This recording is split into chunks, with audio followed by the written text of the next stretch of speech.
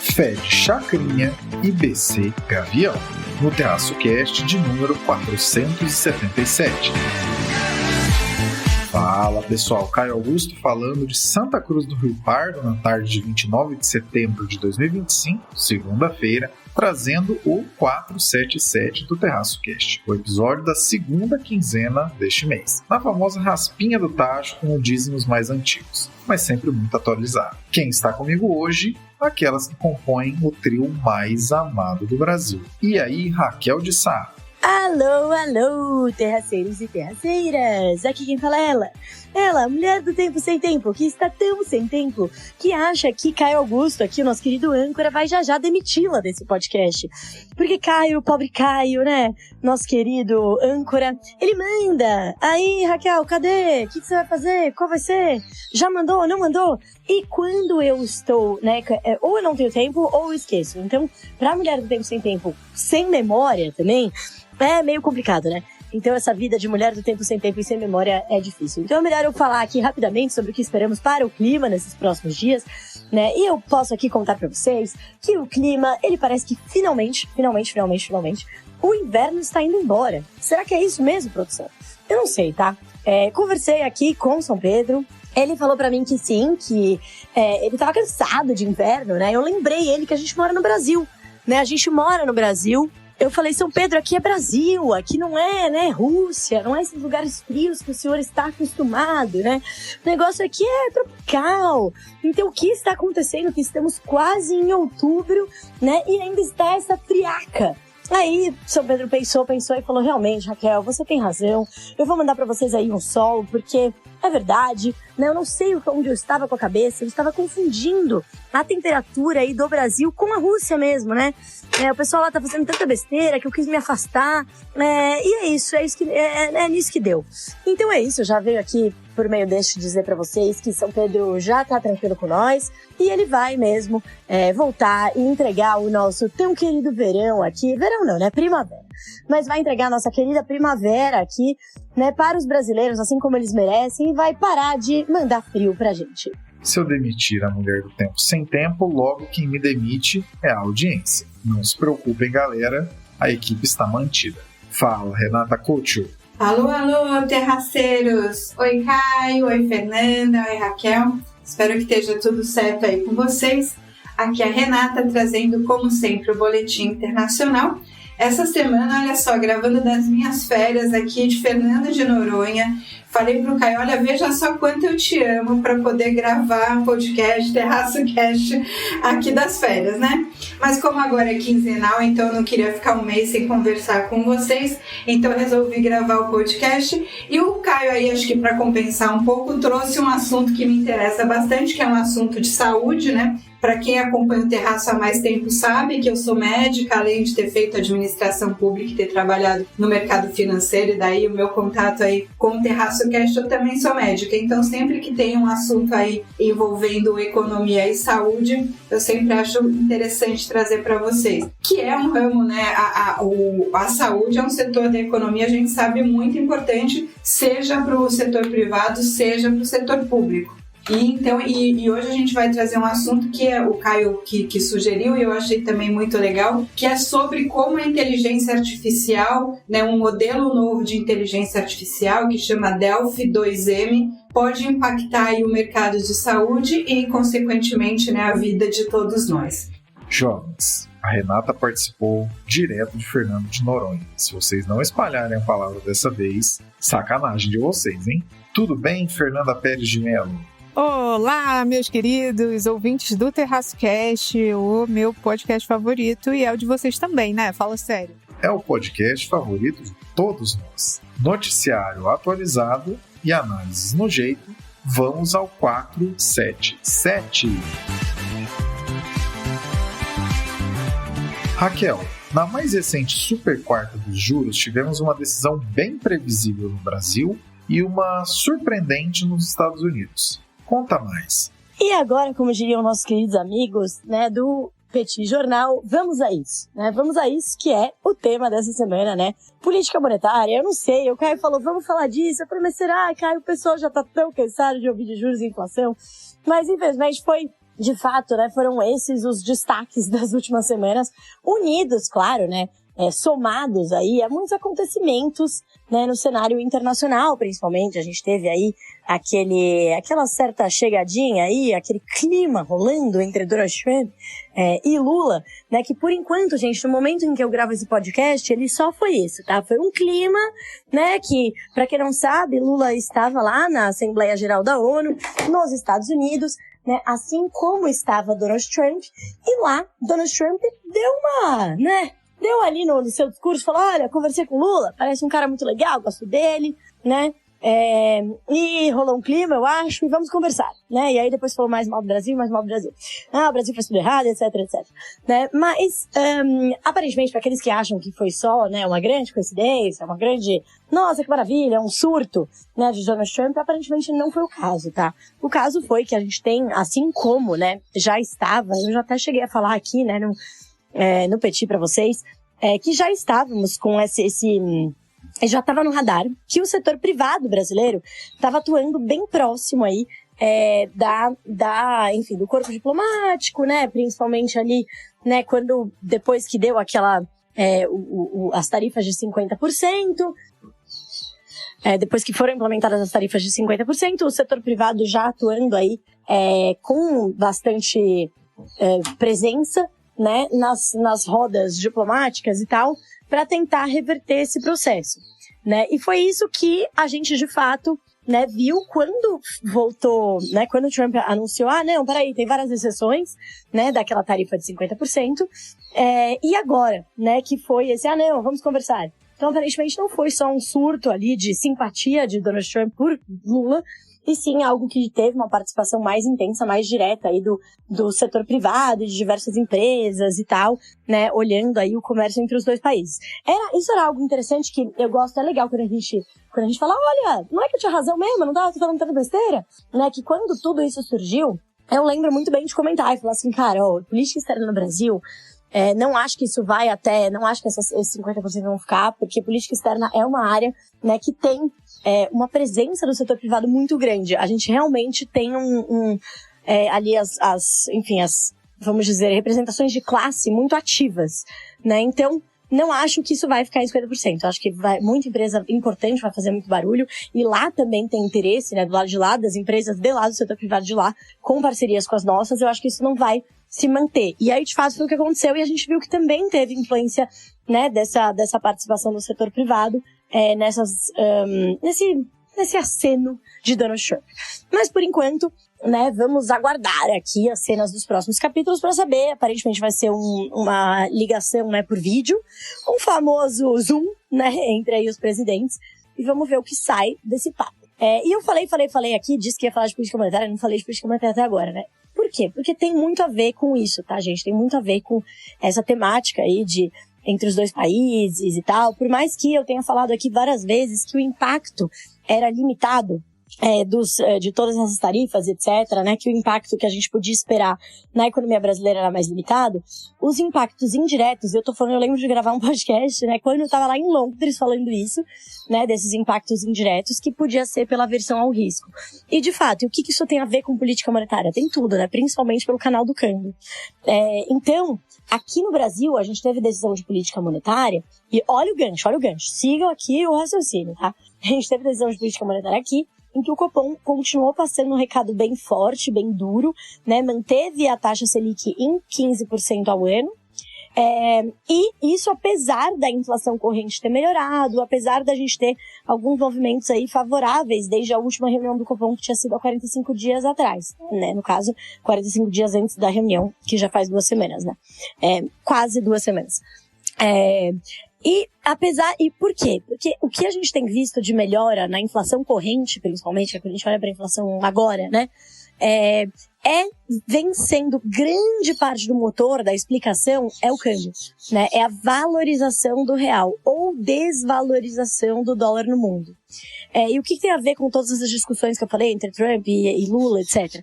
Tem a ver que como a gente tem essa questão da percepção de risco, se essa percepção de risco virar de novo, é só a gente lembrar o que aconteceu logo depois do anúncio dos 50%, né? O que aconteceu, o dólar disparou por aqui. Então, por mais que o dólar, a gente acabou, né, tendo uma força contrária à força que tá no mundo todo, que é de dólar fraco, né? Então, essa apreciação do real por aqui, ela foi muito mais uma depreciação do dólar no mundo do que uma apreciação do real aqui no Brasil. E basicamente assim, cara, a gente não pode ter forças contrárias desse lado, porque a gente vai acabar revertendo esse movimento global. E por enquanto a gente não teve, a gente teve só alguns, pode ser que role aqui, deu vamos dizer, a gente teve alguns sinais de como isso poderia ser sentido.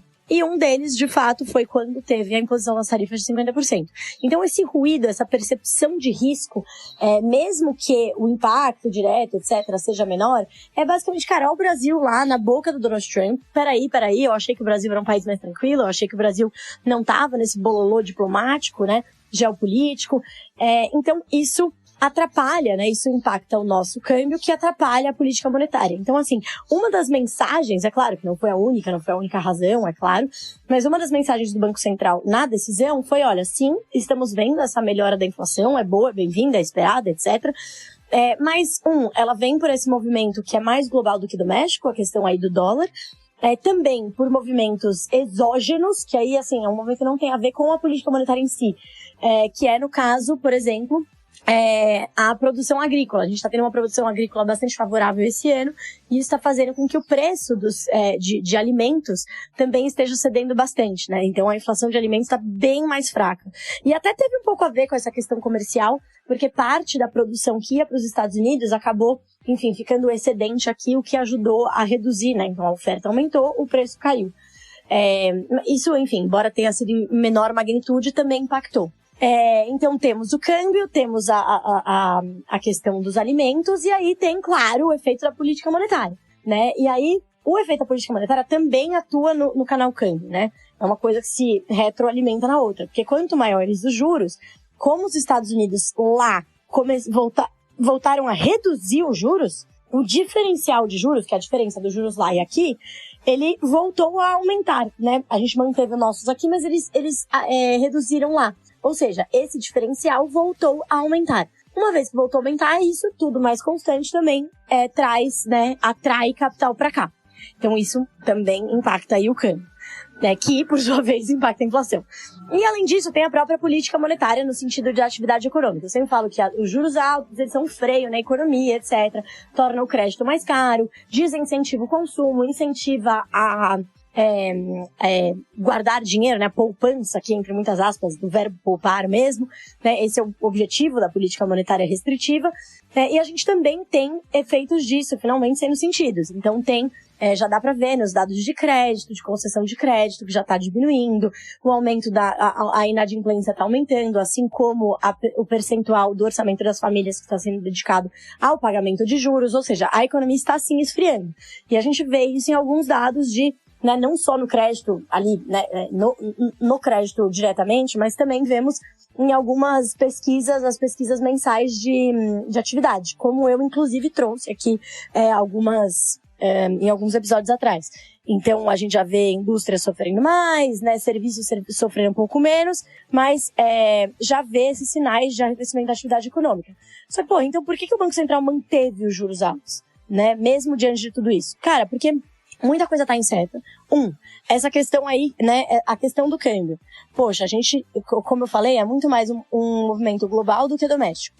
Se o doméstico tiver influência, tem sido negativa, né? Ou seja, quando piora a percepção de risco, piora o câmbio. Ou seja, bastante imprevisível, bastante instável, volátil. Não é uma mudança estrutural. A gente não voltou estruturalmente, mas próximo do nosso valor justo, entre muitas aspas aqui, do dólar, né? Por que entre muitas aspas? Porque aqui é um cálculo com variáveis macroeconômicas, né? Tirando a parte de curtíssimo prazo. A gente se aproximou, mas continua acima, né? E continua com motivos voláteis por trás, ou seja, pode voltar. Aí a gente teve... aí tem essa parte de atividade econômica. Começou, né? Várias vezes eu falei assim, começou a sentir, começou a ver. Ou seja, ainda não tá super claro, né? Ainda não tá super... Não, então é isso, a atividade tá super desacelerando. né? Não estamos ainda nesse momento. E o desemprego continua muito baixo, né? De novo, não é que eu sempre falo isso, não é que os economistas querem que a economia vá pro saco, que ninguém tem emprego. Não, de jeito nenhum. Porém, aqui é uma questão de a gente saber que o mercado de trabalho tem um impacto direto na atividade econômica, no ritmo da atividade econômica e, claro, aqui nos salários, né? Quanto mais aquecido o mercado de trabalho, mais pressão a gente vai ter sobre os salários. E o mercado de trabalho continua muito aquecido. Os últimos dados continuam mostrando uma queda do desemprego, né? Então, e é bem interessante aqui, porque essa semana também foi divulgado o relatório de política monetária, que era o antigo trimestral de inflação, em que o Banco Central traz vários estudos, assim, né, mais aprofundados. E eles trouxeram um deles sobre o mercado de trabalho, como o mercado de trabalho no Brasil está mudando um pouco, né, estruturalmente. Então, eles falam sobre como os empregos por aplicativo, né, então Uber, iFood, etc., como isso já tem um impacto estrutural, né, sobre o desemprego, já diminuiu o nosso desemprego, vamos dizer, neutro, né, que é aquela taxa ali que não, como é que chama? Não pressiona a inflação, né? Então tem ali uma dinâmica, né? Um mercado de trabalho dinâmico. A gente tem visto um desemprego bastante baixo historicamente, mas mesmo assim a gente continua abaixo, né? A gente continua abaixo do nível neutro, mesmo com todas essas mudanças estruturais. Ou seja, continuamos numa situação em que, sim, o mercado de trabalho é uma pressão sobre a inflação nesse momento. Sim, a economia está atuando, né, acima do potencial. Essa foi outra coisa que trouxe no relatório de política monetária. O Banco Central reduziu o hiato, aumentou o hiato do produto que eles medem. O que é o hiato? É aquela diferença entre quanto a gente está crescendo e quanto a gente poderia crescer potencialmente se a gente usasse tudo do nosso capital e trabalho, né? Se tudo tivesse sendo utilizado na economia sem pressionar a inflação. E a gente, quando ele está aberto, né, acima de zero, significa que a gente está atuando acima do potencial. E isso pressiona os preços, né? Por quê? Porque é como se você tivesse uma pessoa que você está comendo muito mais calorias do que você precisa, você vai fazer o quê? Você vai engordar. Para você comer as mesmas calorias e não engordar, você tem que gastar mais calorias. Então é mais ou menos isso, né? A gente está falando que o objetivo aqui é aumentar o potencial com ganho de produtividade e não atuar, né, operar acima do potencial. Isso, quando você opera acima, você está pressionando os preços. Você está jogando muita caloria no seu corpo e está fazendo o quê? Gordurinha. A gordurinha na economia é a inflação. E aí o Banco Central trouxe essa revisão do hiato um pouquinho, né? Uma revisão não muito grande, mas uma revisão que eles estavam muito abaixo de vários cálculos do mercado, né? Que todo mundo calculava que estava bem acima do que eles mostravam, ou seja, não tinha tanto espaço assim, né? Já não tinha espaço para crescer mais sem pressionar a inflação e o Banco Central via um pouco mais de espaço, né? E agora, enfim, o Banco Central mostrando ali, tudo isso mostra essa postura mais cautelosa, né, do Banco Central. Então, mensagem geral. E por fim, claro, não podemos esquecer das expectativas. As expectativas de inflação são muito importantes para a inflação adiante. Sempre falo isso, conta a história do cabeleireiro, que ele coloca o preço, né, que mesmo que ele só coloque o preço do serviço dele, se ele acha que o preço está subindo, ele vai colocar isso no preço, etc, etc. Né? Então, é um fator super importante, né, para a definição da taxa de juros que o Banco Central olha. E as expectativas, elas melhoraram? Melhoraram, mas elas ainda estão acima da meta. A meta é 3. Elas estão em 3,8, 4, né? Lá no horizonte relevante, lá na frente, quando é o fim de todo o impacto da política monetária de hoje, ainda a inflação está acima da meta e as expectativas também. Né? Tanto a inflação pelo modelo do Banco Central, quanto as expectativas. Então, eles acreditam, e as expectativas têm muito a ver também com o quê? Com o fiscal. Né? Se a gente continua gastando muito mais do que a gente arrecada, se o governo ainda está estimulando muito a economia, porque, mas a economia está operando acima do potencial, a gente está freando, né, a economia com a taxa de juros altas, já temos sinais, só que, gente, ano eleitoral ano que vem, né? Ano eleitoral, a gente já vê várias sinalizações do governo, do Congresso, de que vão aumentar gastos, então uma coisa pode acabar, né, zerando a outra, né? Então, a política monetária freia de um lado e a política fiscal acelera do outro. E aí, isso exige o quê? Que a política monetária continue freando, né? Então, isso bate bem nas expectativas lá pra frente. Então, o Banco Central manteve os juros aqui em 15%, né? Com uma mensagem dura. Então, aquela galera que tava achando ali que podia ser, que caísse os juros ainda esse ano, cara, o Banco Central tá deixando muito claro que não vai rolar. Né? Estão tentando passar essa mensagem bem claramente. Que aí só o ano que vem, e só, né, eles nem falam o ano que vem, mas né? É algo que o mercado aí se aproxima dessas projeções para janeiro, no primeiro trimestre do ano que vem. Então ainda vai demorar, né? Não vai ser no curtíssimo prazo. Diferente dos Estados Unidos, gente, que lá, né, o Banco Central americano voltou a reduzir os juros. Por que voltou? Porque eles ficaram parados por um ano. E agora falaram, não, acho que tem espaço pra gente começar de novo. Porque o Banco Central americano, ele trouxe muito a questão do desemprego, né? Eles colocaram o mercado de trabalho, lembrando que o Banco Central americano tem um mandato dual. Então, eles olham para o desemprego assim como para a inflação. É mandato. Aqui no Brasil é objetivo secundário. Na grande parte do mundo é objetivo secundário. Nos Estados Unidos é mandato. E eles estão olhando e falaram, pera, o mercado de trabalho começou a enfraquecer, teve aquela revisão de dados, então a gente está preocupado, e a inflação já cedeu um pouco e tal, então vamos voltar a reduzir. Só que foi muito esquisito, porque ao mesmo tempo, quando a gente olha as projeções, né, o CEP, que é o Summary of Economic Projections, eles mostram que as projeções para o crescimento subiram e para a inflação subiram. Só que eles reduziram os juros. Então você fica...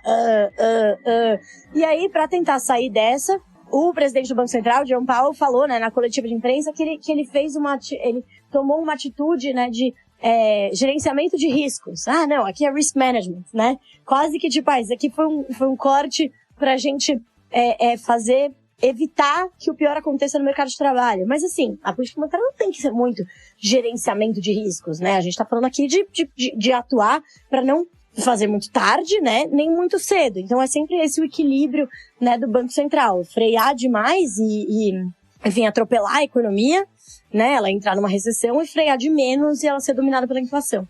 Então, assim, foi um corte, mas foi um corte que depois teve uma mensagem mais dura. Tipo, a gente cortou, mas calma aí. Isso não quer dizer que a gente vai sair cortando aqui a torto e a direito lá pra frente, né? A inflação ainda tá... E aí a gente teve, quando a gente olha, teve um dissenso, no sentido de que teve um diretor que votou para um corte de 50 e que colocou os juros esperados lá na frente, lá embaixo. Quem foi esse diretor? Obviamente, aquele que foi indicado pelo Trump, que chegou um dia antes.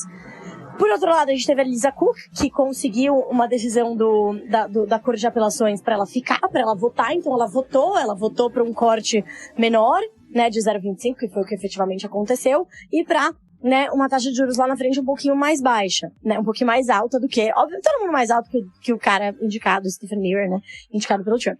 Então, o que a gente observa é que aqui no Brasil foi uma manutenção com recado duro, e nos Estados Unidos foi um corte com um recado esquisito, seguido de sinalizações mais duras, né? Então, assim, em resumo, né? É uma política monetária ainda, um mundo de muita incerteza na política monetária, mas um mundo que flerta com a inflação mais alta, né? Lá nos Estados Unidos ainda não tá de volta, né? Os últimos dados deram uma pontada para cima de novo, né? Então, os impactos das tarifas estão sendo sentidos em alguns setores, outros não. Muitas das empresas estão engolindo esses custos, né? Mas daqui a pouco vão ter que repassar. Tem a questão de, será que vai ser temporário, né? Alô, pandemia. Né? Será que vai ser temporário, só sobe uma vez os preços? Ou será que isso vai contaminar o resto da economia? Não se sabe também, né? Então, tem muita incerteza. Então, por enquanto, o que a gente sabe, diferencial de juros entre o Brasil e os Estados Unidos aumentou, que a gente manteve, e eles caíram, né? Isso tende a favorecer a nossa moeda. Também sabemos que o dólar, né, deu uma enfraquecida porque começou começou essa queda, mas ao mesmo tempo, logo depois da decisão e essa sinalização mais cautelosa, fortaleceu um pouquinho de novo. Então não deve, na minha visão aqui, não deve subir nem cair muito, com esse vai e vem da política monetária. E é isso, também sabemos que Trump e Lula vão dar uma conversadinha. Os nossos amigos aí do Petit falaram muito sobre isso, né, aprendi demais, e de fato o grande medo era que se fosse presencial, se o Trump ia dar, né, algum fora aí, deixar constrangimento, que nem rolou com o Zelensky, que nem rolou com o cara lá da África, enfim, vamos ver. Pelo menos não vai ser presencial, então parece que os apontamentos aqui da diplomacia brasileira que vai ser bem protocolar, que eles vão seguir o fluxo, né, bem o script, para não sair, né, nada errado, mas vamos ver, né, vamos ver. E o principal canal, quando a gente olha para a política monetária, dessa transmissão aí, é o câmbio, né, curva de juros, né, no mercado como um todo, e tudo isso impacta diretamente a nossa política monetária e o rumo dos juros por aqui. Então é isso, gente. Aguardando ansiosamente cena dos próximos capítulos, como sempre. Sobre o tal clima que pintou entre Trump e Lula, aos poucos a lógica econômica e diplomática vai vencendo. A gente sabia que pelo aspecto econômico a coisa não ficaria mesmo nesses 50%. A novidade é essa afeição demonstrada por Trump. A ver o que sai disso. Até o momento da ancoragem desse episódio, ainda não saiu nada de novo. Já sobre a política monetária, após uma apresentação magistral da Raquel, resta a essa voz apenas a breve complementação. Por aqui, a Selic segue alta e sem sinalização de queda. E lá nos Estados Unidos, um ciclo novo de cortes começou, mas se a decisão no curto prazo foi acertada, com um corte de 25 basis points bem azeitado, por outro lado, o dot plot mostrou sinalizações bastante difusas para as próximas decisões.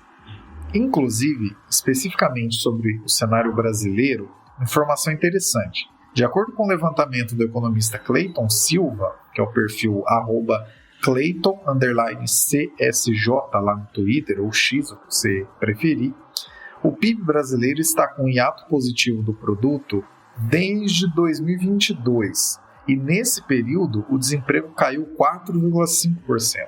Então, sim, a economia cresce acima do potencial há alguns anos e o desemprego segue pressionado. Quem aí estiver no Twitter também vale a pena seguir o Clayton. Ele traz muita análise bacana, sempre com gráficos que amparam o que ele está dizendo. Ano que vem será um ano desafiador nos dois bancos centrais.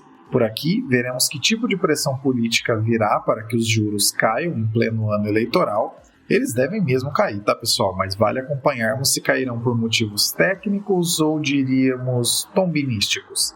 E no Tio Sam, acaba o mandato do Powell no começo do ano que vem.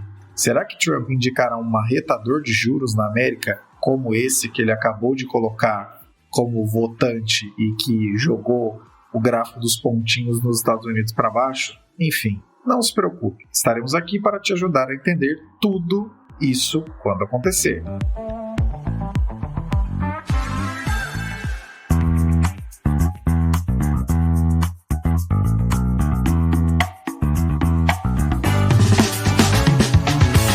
Na Linktree do Terraço Econômico estão todas as informações pertinentes sobre nossas atividades, como nossas redes sociais oficiais, parcerias e e-books atualizados. Para saber como você pode nos acompanhar independente do lugar, é só dar uma olhada no link que está na descrição desse episódio.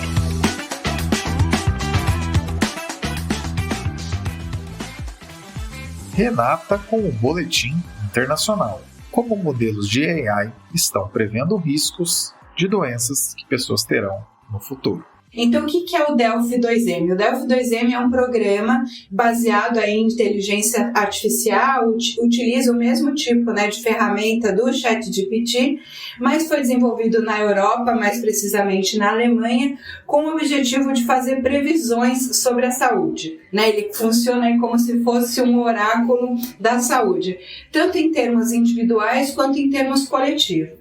Então, o que acontece? A partir de uma série de informações que as pessoas, ou as empresas, ou os governos podem alimentar esse sistema do Delphi 2M, ele consegue ali, por exemplo, prever qual a probabilidade estatística de você ter determinadas doenças, qual a próxima doença, então dependendo das doenças que você já apresentou, qual que é a próxima que você pode apresentar.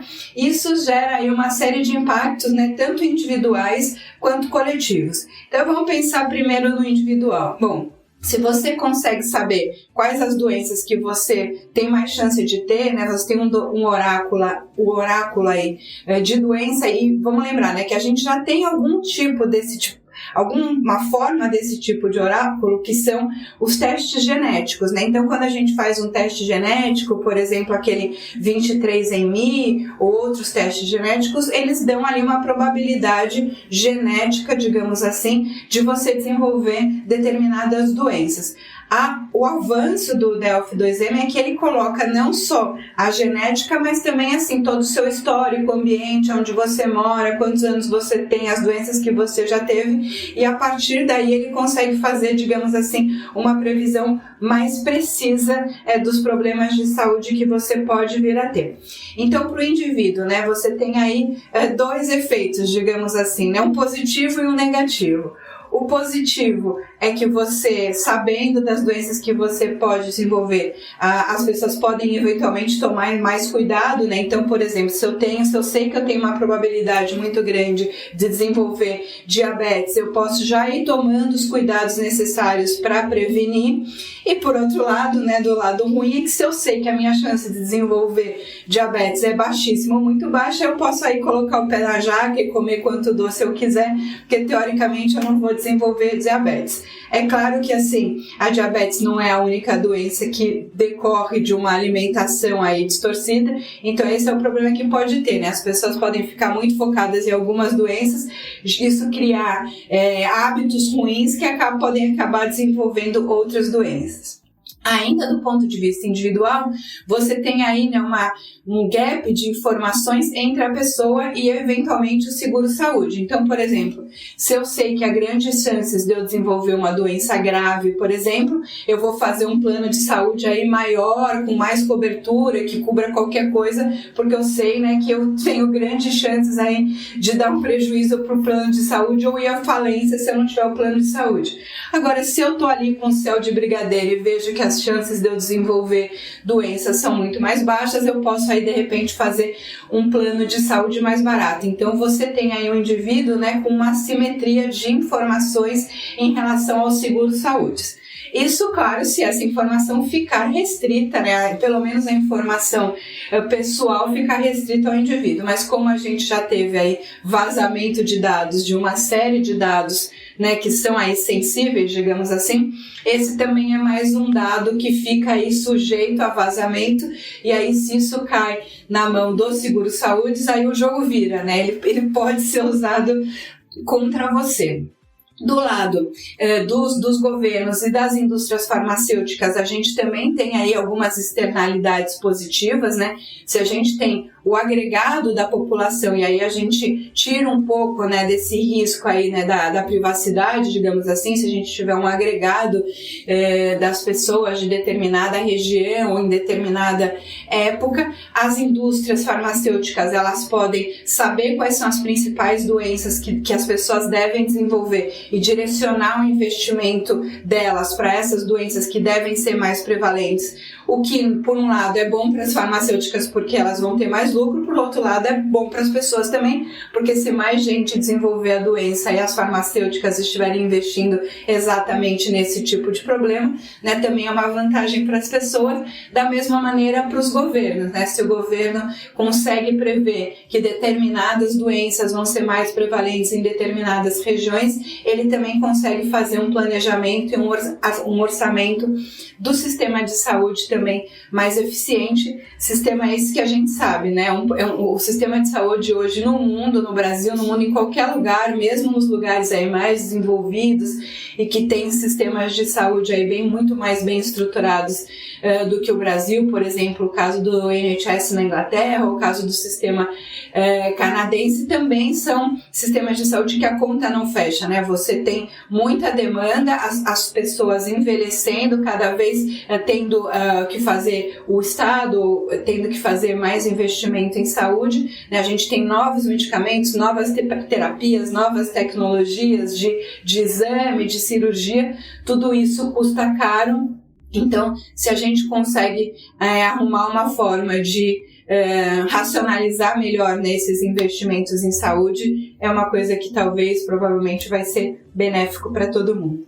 Inteligência artificial, em certos casos, pode parecer apenas um nome para encarecer certos processos e vender certas empresas um pouquinho mais caro do que realmente valem. Mas existem muitos exemplos que mostram como esse tipo de coisa pode nos ajudar de fato. Esse caso que trouxemos aqui é um desses que apresenta grande utilidade. Se você pudesse saber com bastante precisão quais são as doenças que você tem mais possibilidade de ter, o que você faria diferente? Certamente esse assunto coloca uma semente de pensamento muito interessante.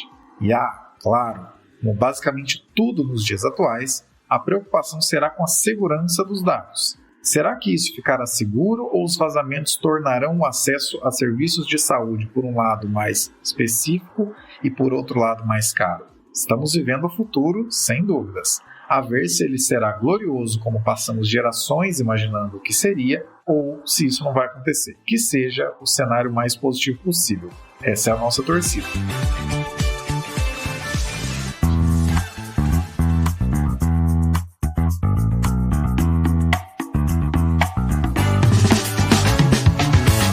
Se você gosta de como abordamos os assuntos aqui no Terraço Cast, focando mais em traduzir os tópicos e passar a real do que em falar o economês chato que a média da nossa classe produz, então você vai curtir também ler nossa newsletter, a Reflexionários, onde abordamos cenários econômicos e reflexões amplas de uma maneira bastante direta, com teses que podem mudar o jeito como você vê o mundo e, quem sabe, podem até mesmo mudar para melhor certas decisões que você toma na sua vida.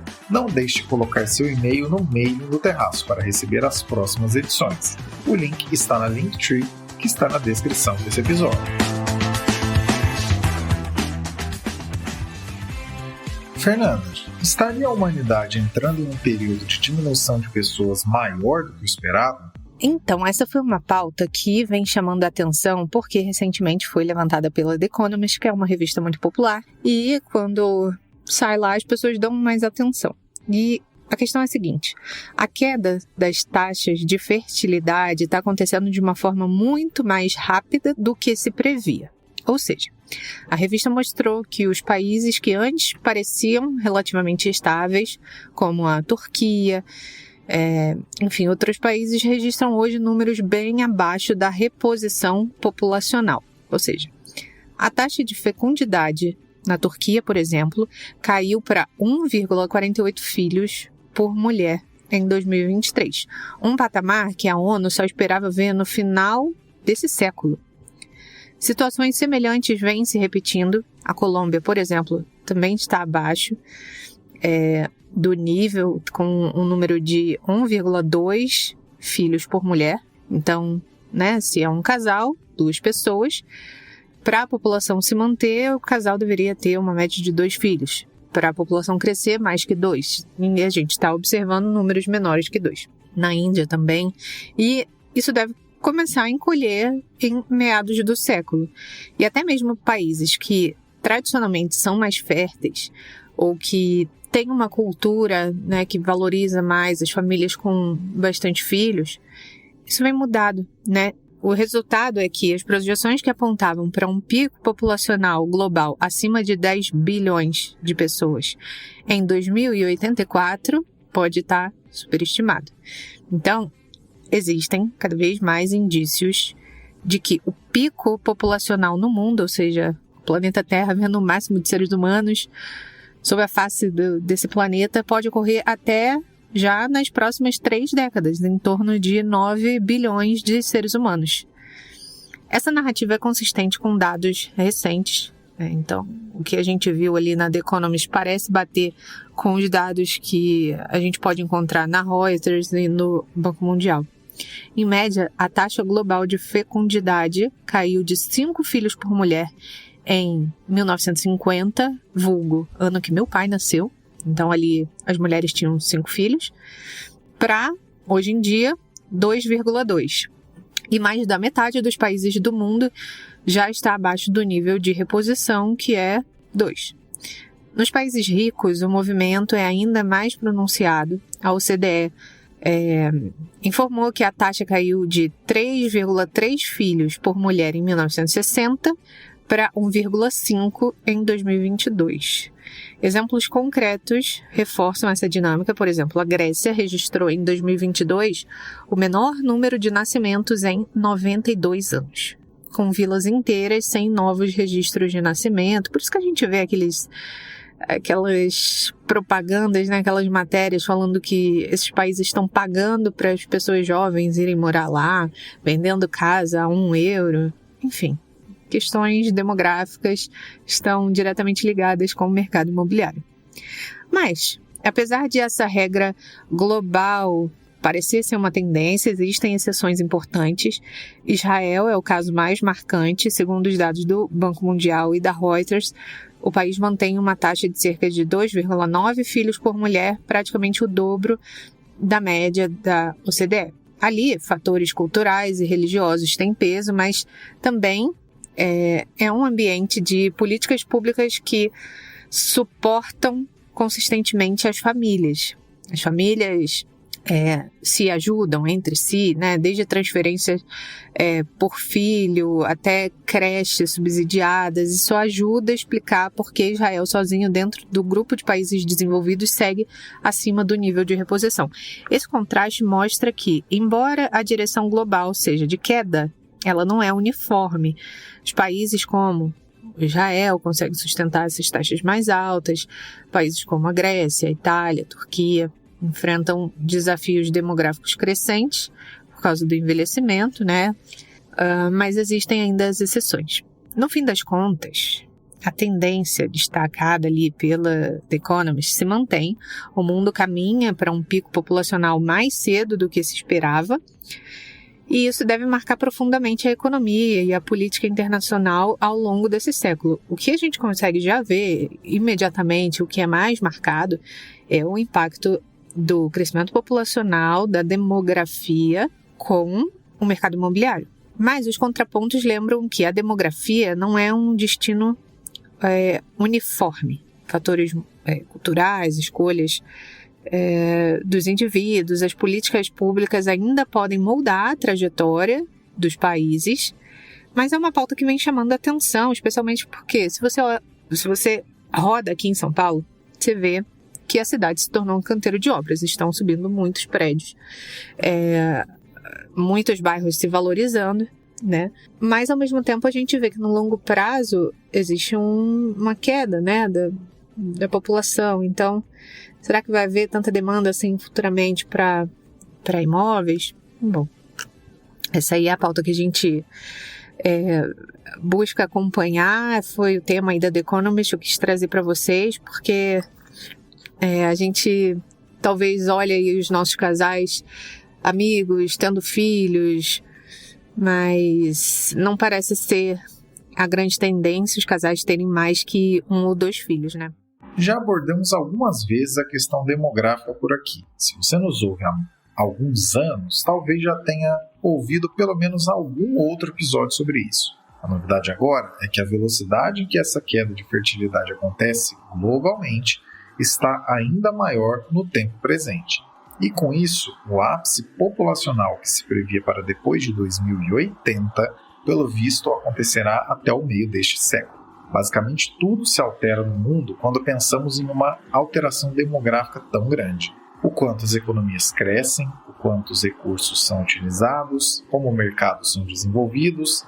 Em todo caso, vale lembrar daquela palavra clássica que nós economistas sempre te trazemos sobre qualquer coisa que você perguntar. O depende. Dependendo de onde você está olhando, essa é uma boa ou má notícia. Especificamente sobre essa questão imobiliária, por exemplo, se quase ninguém quiser ter filhos a nível de reposição populacional, pode ser que os imóveis fiquem mais acessíveis nas próximas décadas do que são hoje. E se, por outro lado, o negócio que você tem é intensivo em mão de obra, saber que menos pessoas estão nascendo e que a população está bem próxima do ápice pode significar que esse negócio ou se otimiza bastante ou pode não estar aqui na próxima geração. Levando tudo isso em conta, vale repetirmos a clássica pergunta que fazemos toda vez que o assunto demografia aparece por aqui. E você, pensa em ter filhos?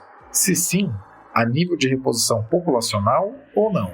Saiba que até esse tipo de decisão extremamente pessoal e familiar, quando tomada por você e por todas as outras pessoas, define os rumos da economia no longo prazo. Vamos então nos encaminhando para o encerramento do 477, ou da segunda quinzena de setembro de 2025. Este que é o podcast de economia, política e assuntos afins mais amado do Brasil. Obrigado, Raquel. É isso, pessoal. Por hoje eu fico por aqui, né? Com aquele beijo, aquele abraço para as minhas companheiras de podcast, Rê, Fê, e claro, nosso querido âncora, para a qual a minha mensagem é: a gente dada, mas nunca falha. Obrigado, Renata.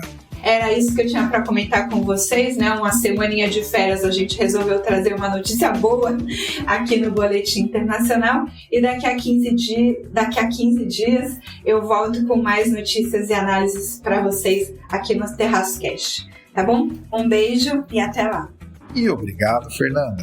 Meus caros colegas de bancada, Rê, Rachel, Caio, a gente se vê no próximo episódio e aos queridos ouvintes, um grande abraço. Vocês sabem que podem me encontrar nas redes sociais como @sigafefa. E é isso, né? Gostou do que ouviu aqui? Manda pra galera, colabore com a audiência. É isso que nos faz estar aqui há tantos anos e o que nos dá gás para seguir adiante por muitos mais. Abraços pelas ondas sonoras. Retomamos a prosa no próximo episódio.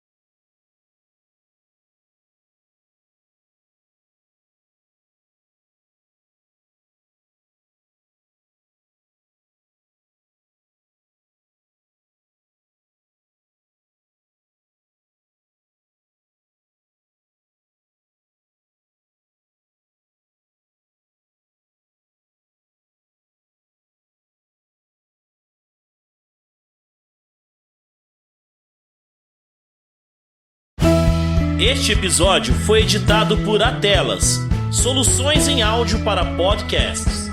Encontre a Atelas nas redes sociais. É só buscar por @AtelasEdição.